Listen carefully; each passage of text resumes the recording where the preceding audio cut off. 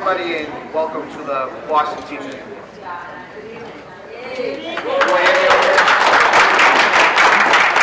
name is Colin White. I'm chair of the Boston Teachers Union Speakers Series Committee, and I definitely want to have you all give yourselves a warm welcome and thank you so much for coming here. It means a lot. It's a very important talk. Anthony Cody is definitely a staunch advocate for a lot of the policies that we need to see changed. I'd like to thank Richard Stutman, President of the Boston Teachers Union, for making this possible, for agreeing to partner with Citizens for Public Schools, Vice President Pat Conley, Treasurer Charles Johnson, Political Director Angela Cristiani, Director of Organizing Jessica Tang, both of them are in the audience, Ian O'Halloran and Lisa Geisbond from Citizens for Public Schools. Also we have the audience State Representative Frank Smizik. Sorry if I Smizik, sorry for mispronouncing your name. He's state representative from Brookline in the audience. Also we have Ed Doherty, former Boston Teachers Union president, currently special assistant to the AFT president, and I'd like everyone to congratulate him. He was appointed to the labor seat of the Board of Elementary and Secondary Education.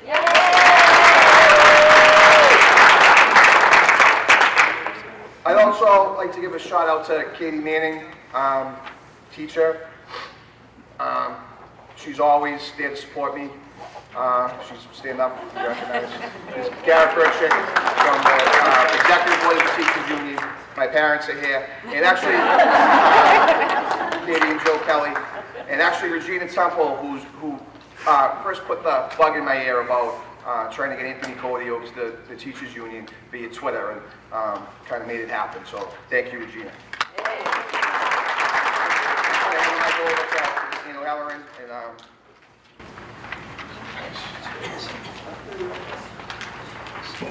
Hi, good evening. Good evening. It's not working. It's not working. Be loud. I said it's not You left me alone. How about this? Is this better? Yeah. No, I'll shout.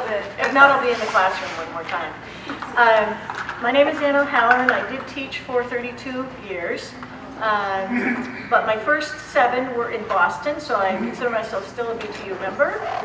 And so I made my way through into Newton and taught there for like 23 years and left there in 2008.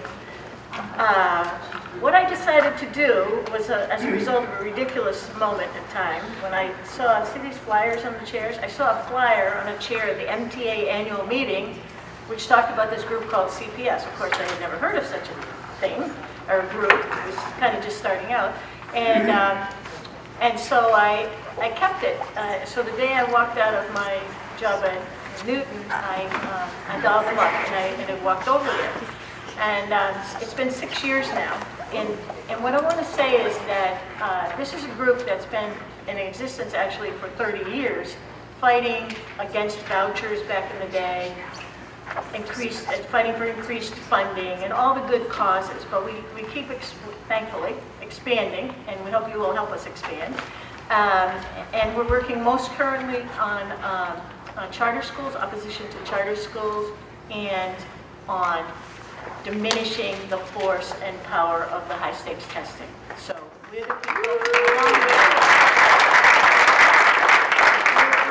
people along with other groups, including the BTU, the MTA, and other groups across the state. Alan knows all their names, but I don't.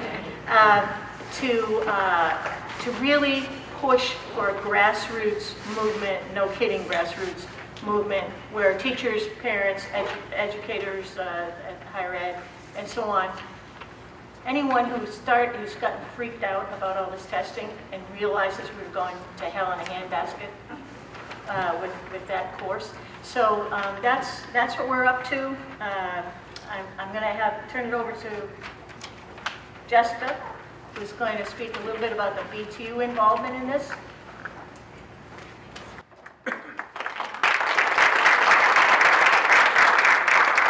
Hi, so I'm Jessica. I'm the Director of Organizing of the Boston Teachers Union, and just really briefly wanted to let you know that the BTU has a number of members who've been actively involved over the last year in trying to have better assessments and to fight the accountability system that's hurting our students in the high-stakes aspects. We've had a few wins here and there, and we're able to pass in our membership a statement actually around high-stakes testing to say we believe in assessments, but we believe in fair assessments that are appropriate and helpful to our teachers and our students. And so if you're a BTU member, we'd love to have you get involved in our BTU Overtesting Committee, Fair Assessments Committee. Overtesting is kind of a funny name for it. That's not what we're for.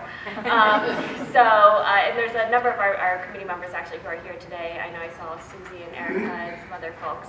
But there's a sign-in sheet over there on the left. And the other last thing I just wanted to say is we're also working with CPS and Fair Test, the MTA, and the larger statewide coalition, and Monty, of course, to put on an alternative assessment fair. And the save the date, it's on March 21st on a Saturday, and it's to say, you know, there is a better way of doing this, and a more rigorous, comprehensive, thoughtful way of doing assessments.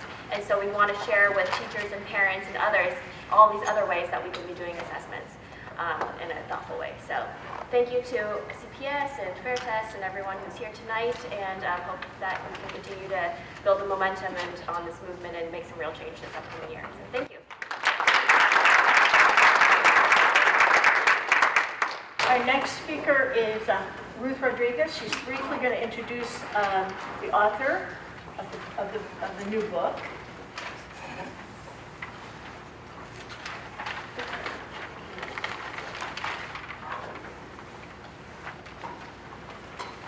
Good evening. It is wonderful to see all of you here tonight.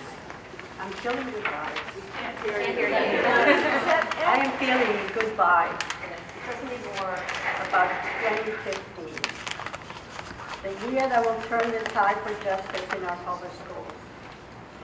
Malcolm X warned us, the greatest mistake of a movement is trying to organize a sleeping people around specific goals. You have to wake up the people up first, and then you'll get action. Well, we are witnessing an awakening by people all across the country to the destruction of our most sacred institution by non-educators made up of powerful billionaires and unscrupulous politicians who have declared themselves the savior of our so-called broken schools.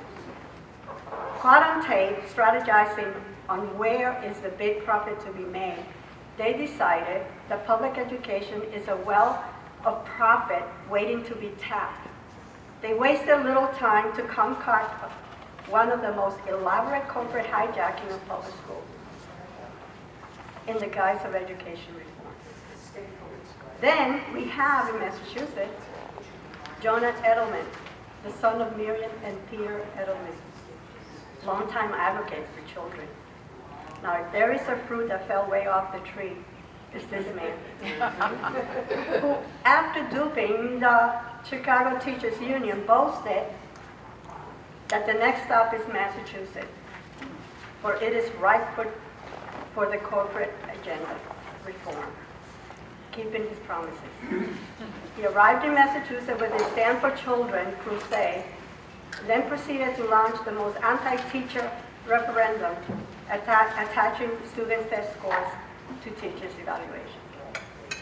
Now, Massachusetts has become the poster child of the corporate entrepreneurs. They go around boasting about its great schools. But teachers, families, and communities are left out in contributing to this success. It is always attributed to MCAS test scores and the great charter schools. But we know how their propaganda machine works, and rewarding foundations, news media, and lobbyists has served them well in spreading their lies about the inconvenient truth behind this fantasy.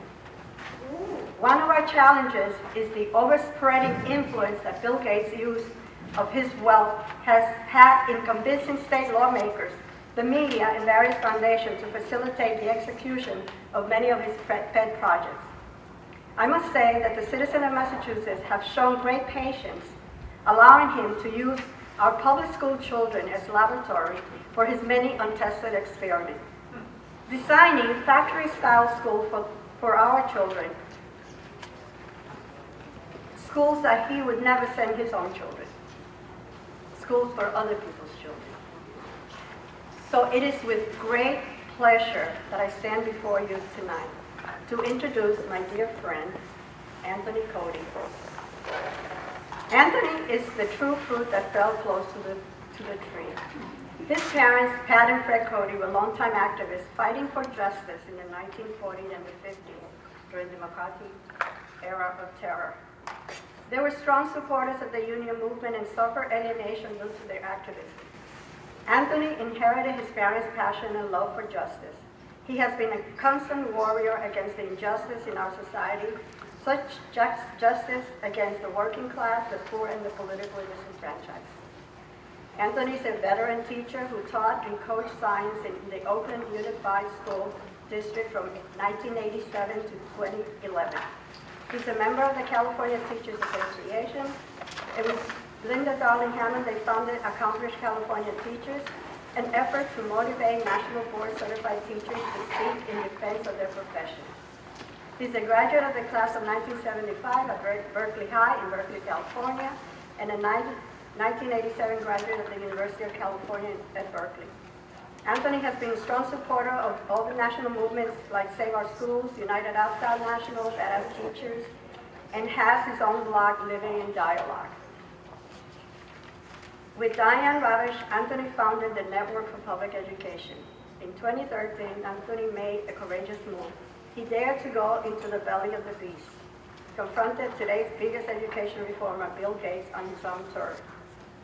This led me to ask him, you need to come to Boston and share this experience with the people of Massachusetts. So join me in giving a warm welcome to today's rebel against the corporate education reform. Our best hope to awaken the people against the destroyers of public education. Anthony, welcome.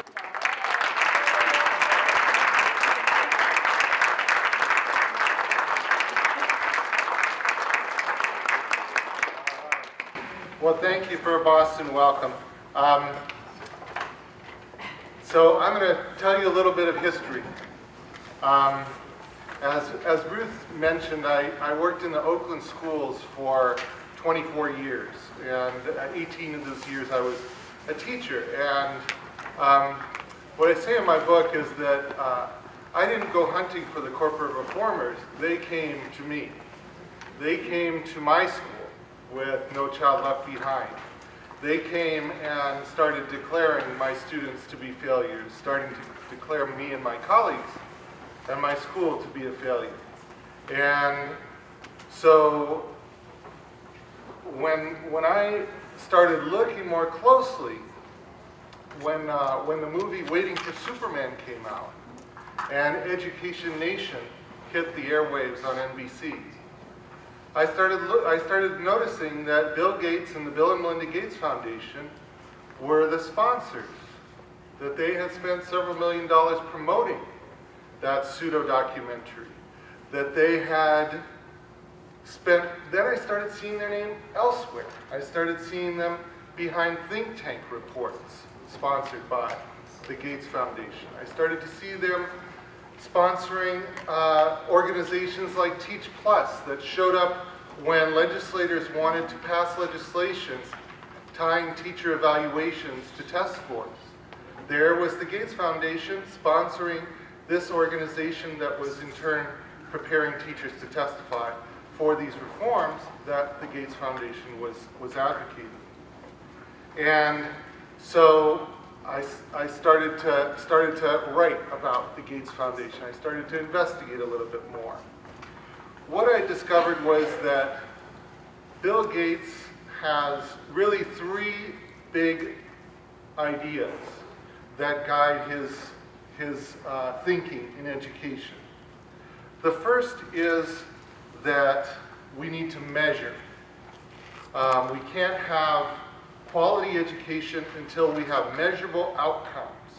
He calls this the science.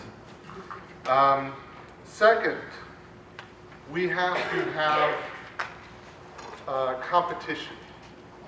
There is no innovation in the mind of Bill Gates without market competition, and meaning the profit motive. And then the third thing that he thinks is critical, of course, he's a technocrat is what he calls himself, is technology. So, and technology and data go along with measurement, and the whole innovation by this whole sector that he wants to empower to sort of transform education in the same way that other aspects of our life have been transformed. My parents, whom Ruth mentioned, were actually booksellers in Berkeley. If you think about how retail and bookselling and publishing, for that matter, has been transformed in the last 2 decades. My parents used to worry about the chain bookstores. Well, now the chain bookstores are going out of business because of Amazon. And, pretty soon, and even any kind of retail business is struggling to survive because it's so much cheaper to have some mammoth warehouse with people scurrying around pushing baskets, so that you can get your product in 3 hours. So Bill Gates thinks that education can be transformed by data and technology in the same way that every other aspect of our lives have been transformed. Bill Gates said a few years ago, he said, aligning teaching with the Common Core and building common data standards will help us define excellence, measure progress, test new methods, and compare results. Finally, we will apply the tools of science to school reform. So he is like, kind of like someone who cannot see except data. If you can imagine that your senses have been deprived and all you can perceive is that data.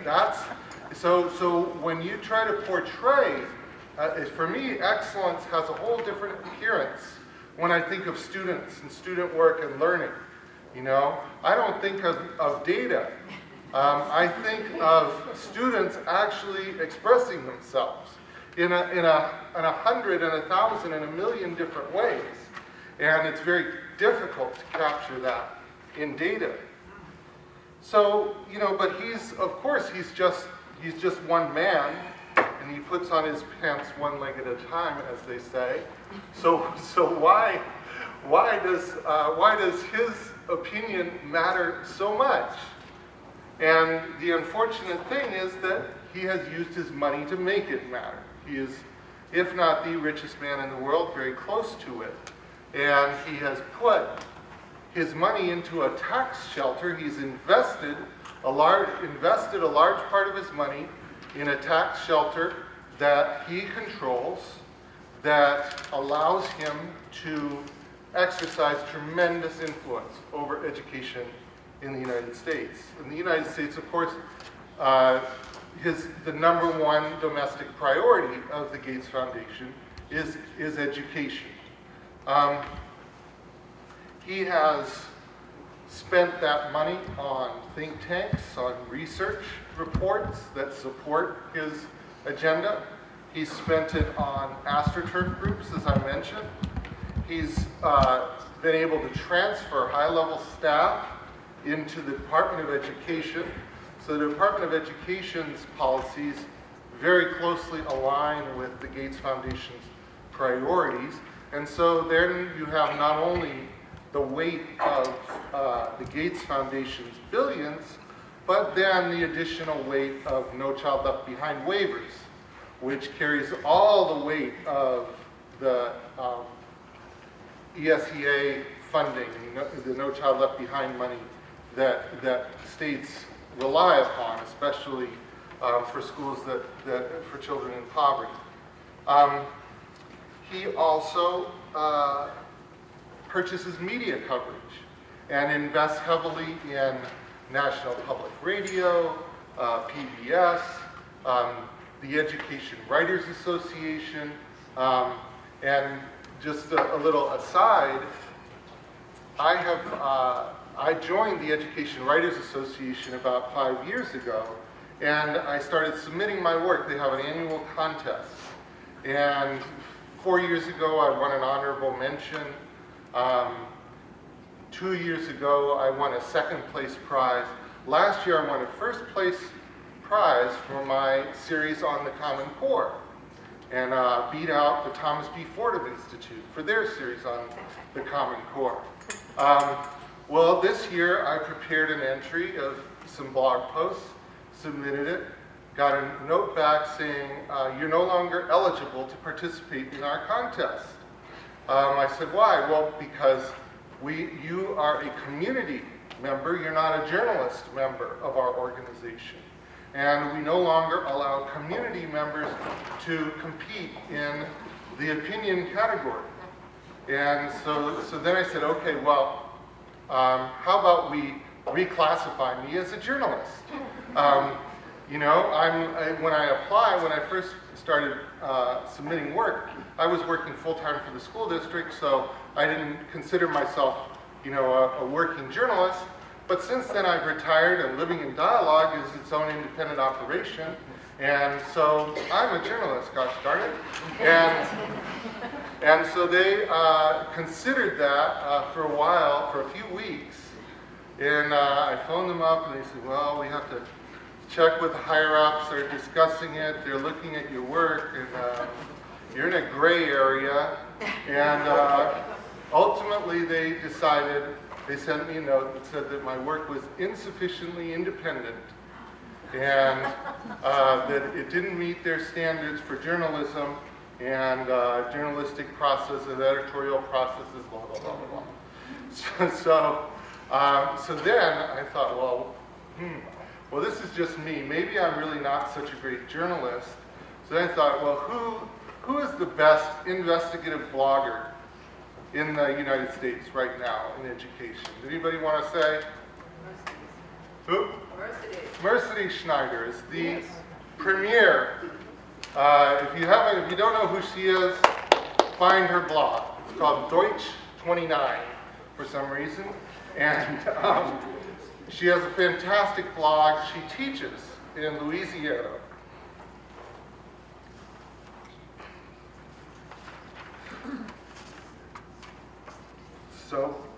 So I called Mercedes and I said, look, you know, I'm getting the runaround from these guys.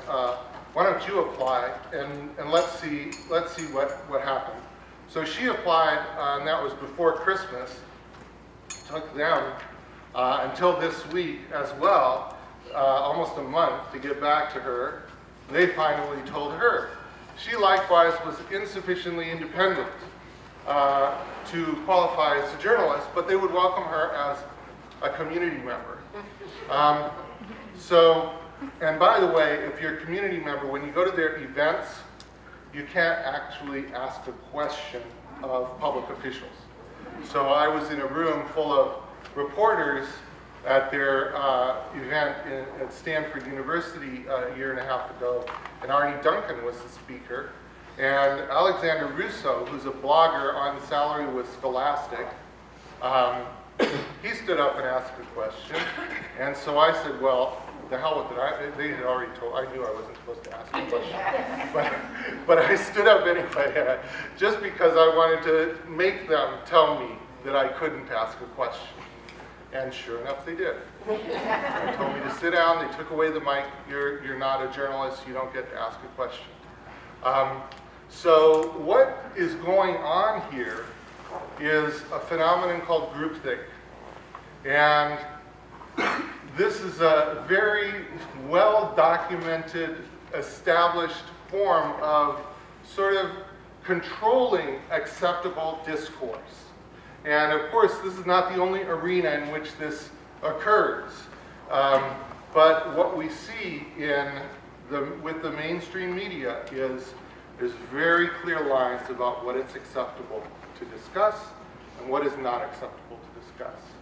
You look at the supposedly liberal network, MSNBC, you do not see discussion of education issues, serious discussion of the issues that we're discussing, of the privatization of education, of over-testing, of the segregation of schools, the resegregation of schools, the school-to-prison pipeline.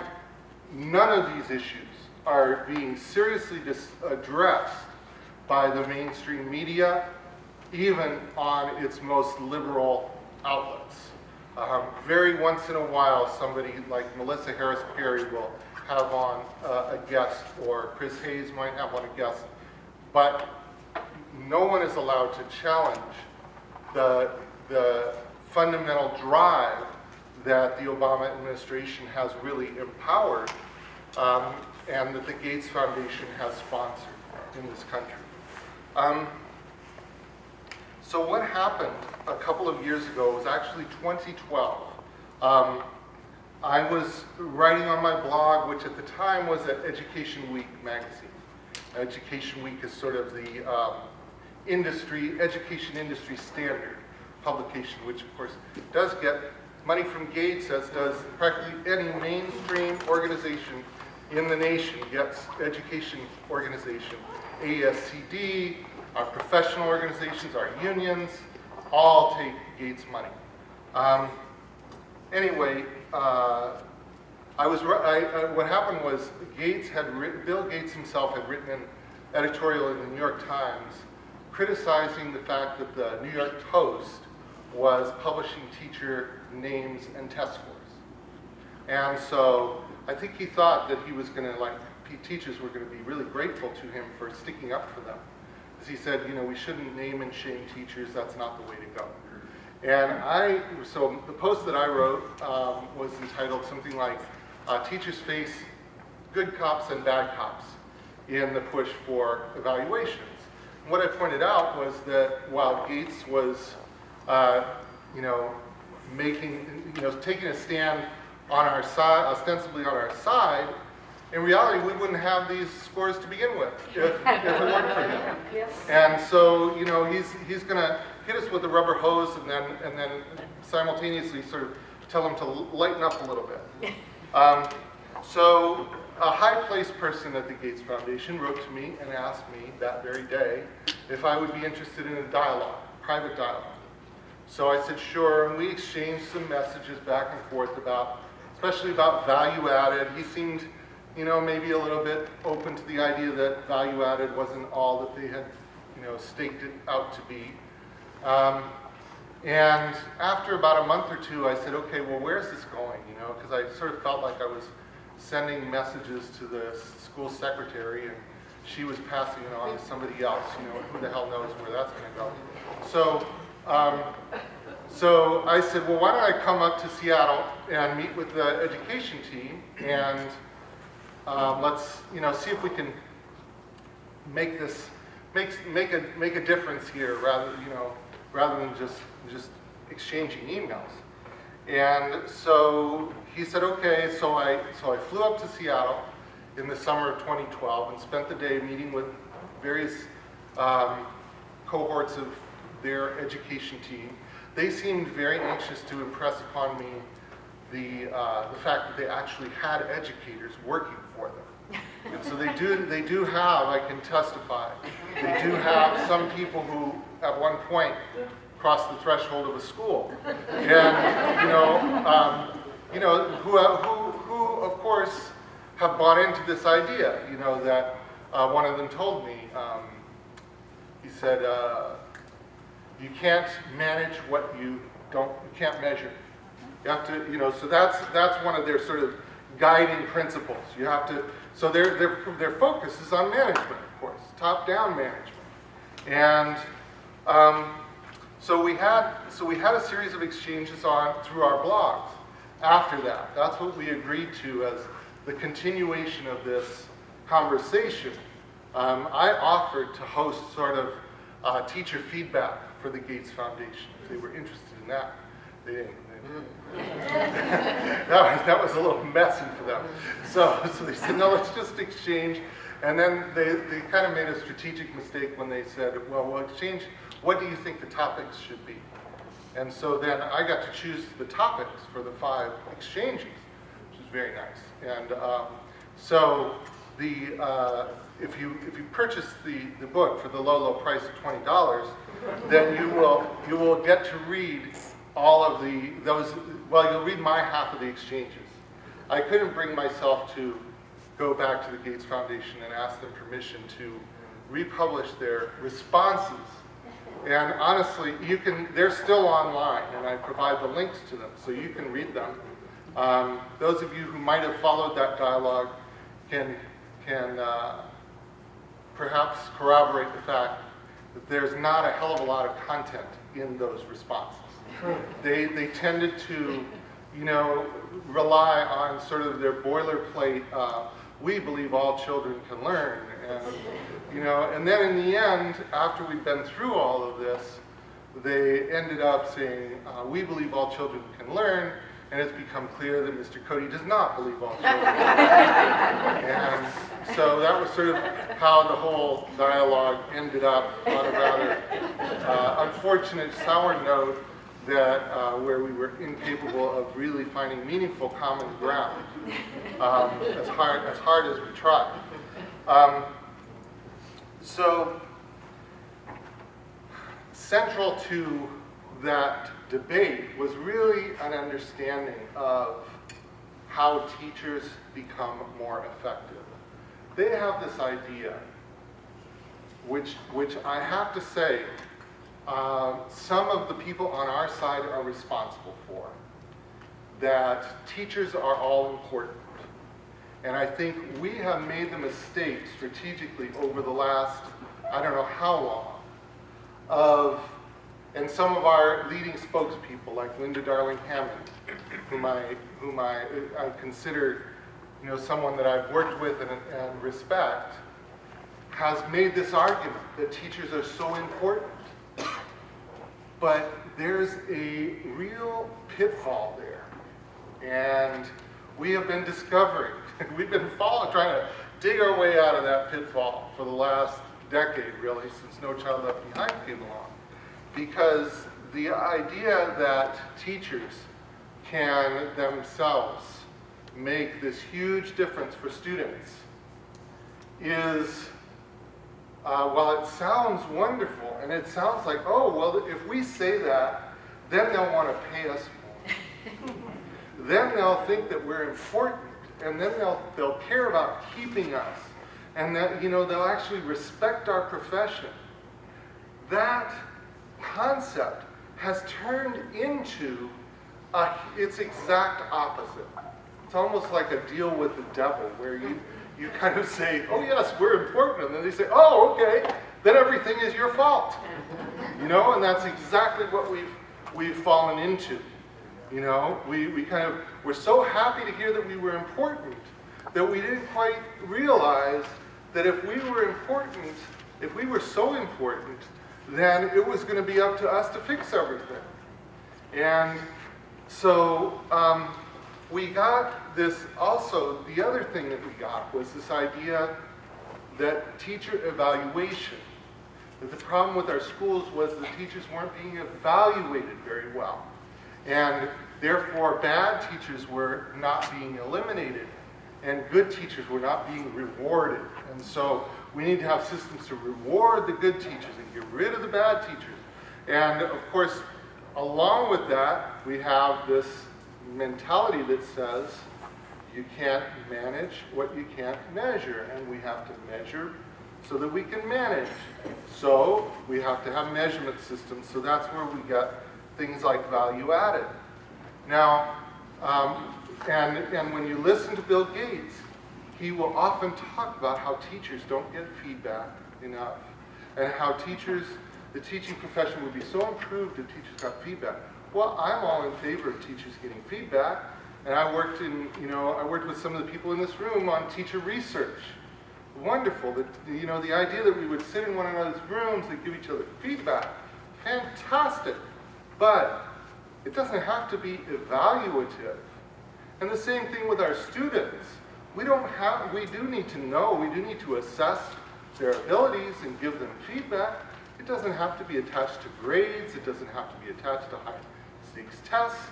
So all of these tools of the teaching profession have been turned into weapons against us. A couple more things about the Gates mentality and where it is taking us. The concept of technology has become all powerful in our society and in our schools. And many of us came of age when the idea was that we would create student-centered classrooms, that we get to know our students and understand our students. Well, now, and you might call that personalization. And that's a nice word. Well, the new model of personalization has that work of getting to know a student being performed by a digital device that is capable of interpreting and recording and storing every keystroke that a student makes, every choice a student makes on their screen. And so, and of course this is then connected into the data systems so that we can keep track and monitor how effective that teacher is using the technology. We can target interventions. We have device-centered learning rather than student-centered learning. The other piece of the puzzle that started to become clear to me was a bit of a paradox for a while. Why would you want to create a testing system that so disastrously fails students? Why would you want a system, even after No Child Left Behind was hugely unpopular, so why would you bring in a testing system that actually fails more than 2/3 of the students, or rates them not proficient? Why would you do that? Why would you revise the GED, as Pearson has done, and make it so difficult that it takes 7 hours to take, and even somebody with an Ivy League, somebody posted this week a column that said he was an Ivy League student and he couldn't pass that test. So why would you do that? And what I found was some disconnected economic information. It's also related to technology. And that is, I found a study. I started, when I was a science teacher, I'm very interested. I've been skeptical for a long time about the STEM crisis. You hear about this shortage of engineers. Then you go to the engineering society, they say there's no shortage. There's plenty of us. They just don't want to pay us. There's a shortage of engineers willing to work for $30,000 a year. So I sort of brought that skeptical eye to this economic information. And what I found was a report from 2013 from Oxford University that looks at the effect of technology on the economy in the United States, particularly the job market. And this report predicts that in the next 20 years, next 19 years, no, maybe 18 years now, the next 18 years, we will need 40%, 45% fewer workers in the United States. Well, we have 313 million people in the United States. We have about 130 million full-time workers. You take away 40% of that number, that gets you down to about 75 to 80 million people out of 300 some odd million. So if the economy only needs one of every two, so let's be generous, one of every two high school graduates really have a career ahead of them. Well, how do we maintain social stability in that environment? How do we convince that 50 to 60% of the students who basically doesn't look like they're going to have much of a future, how do we convince them not to rebel against that system?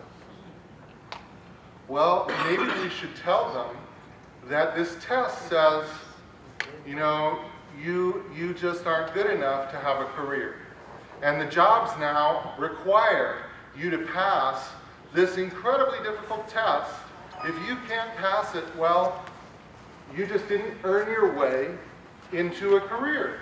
And so, maybe you can get on disability, maybe you can get find on some level, some sort of social safety net.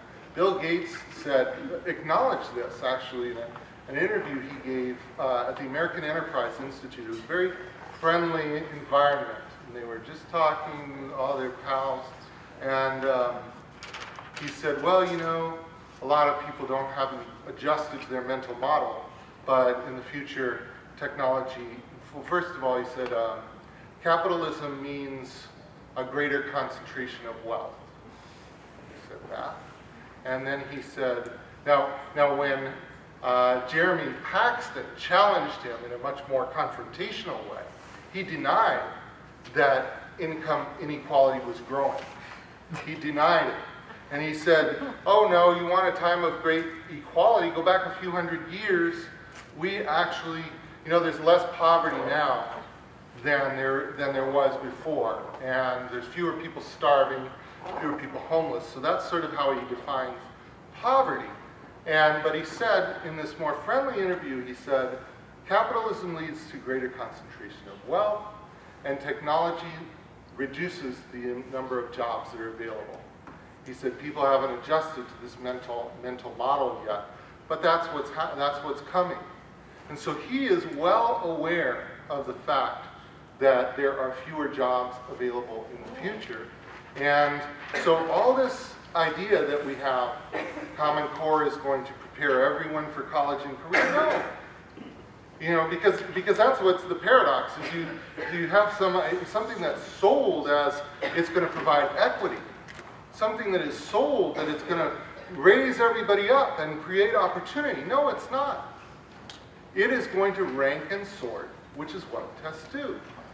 And it is going to rank students into career ready, not career ready. For every student that is labeled college and career ready, there will be 2 or 3 that are labeled not college and career ready.